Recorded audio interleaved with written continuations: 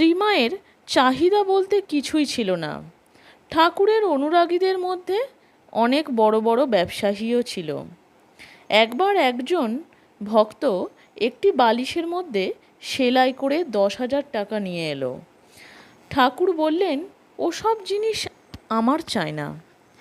কি করব আমি ওসব নিয়ে? তোমাদের মায়ের কাছে নিয়ে যাও।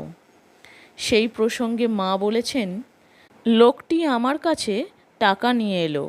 সঙ্গে সঙ্গে ঠাকুরও এলেন, যেন আমাকে পরীক্ষা করতে। তিনি বললেন, টাকাটা নিয়ে নাও না কেন? ওতে তুমি জড়োয়ার গয়না কিনতে পারবে।